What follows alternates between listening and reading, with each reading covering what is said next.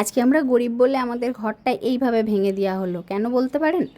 তো আসসালামু আলাইকুম, আমি কুহিনা। আমার একটা ছোট মিনি ব্লগে সবাইকে অনেক অনেক স্বাগত জানাই। আজ সকালে দেখেন সবাই বোনদের জন্য অনেক জামা কাপড় মানে ঈদের কিছু শপিং করা হয়েছে, সেগুলোই বোনকে ট্রাই করানো হচ্ছিল। সে ট্রাই করে দেখছিল কোনটা নেবে আর কোনটা মানে রিটার্ন যাবে।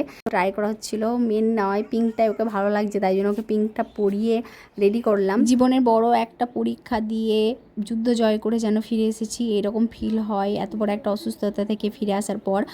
এখানেই আছি মাদের বাড়ি 1 মাস ধরে, গত 1 মাস। আর ঈদটাও এবারে এখানেই কাটাবো। বিয়ের পর প্রথম ঈদ আমি এখানে কাটাচ্ছি, তার জন্য একটু এক্সাইটেড, আবার একটু মনও খারাপ। ওখানেও সবার মন খারাপ, তার জন্য কিছু করার নেই। শরীর অসুস্থ এখনও আছে, তার জন্য এখানে আছি। আর যেহেতু আমি 1 বছর হয়েছি, সিজার হয়েছি, আমার একটা ছোট বাচ্চা সে ব্রেস্ট ফিড করে, তার জন্য আমার শরীরটা প্রচণ্ড দুর্বল ছিল। তাই আমার সারতে একটু লেটই হচ্ছে, মানে দেরি হচ্ছে।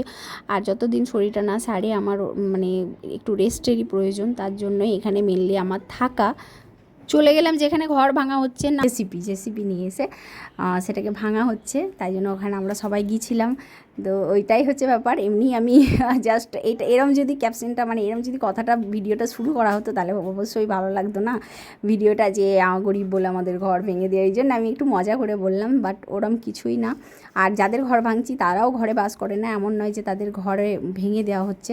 আর তারপর দুপুরবেলায় যথারীতি মিনিতে ওনারা স্নান করতে গিয়েছিলেন।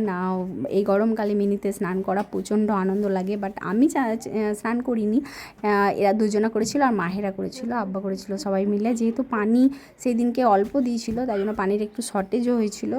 আর মজাও লাগে স্নান করতে, তাই সবাই মিলে স্নান করতে গিয়েছিলাম আর খুবই মজা করেছি, খুব আনন্দ করেছি। তারপর বাড়ি ফিরেছি। দেখেন আমি ওদেরকে জিজ্ঞেস করছিলাম কেমন মজা লাগছে, ওরা বলছে খুবই ভালো লাগছে, ঠান্ডা ঠান্ডা পানি, খুব মজা।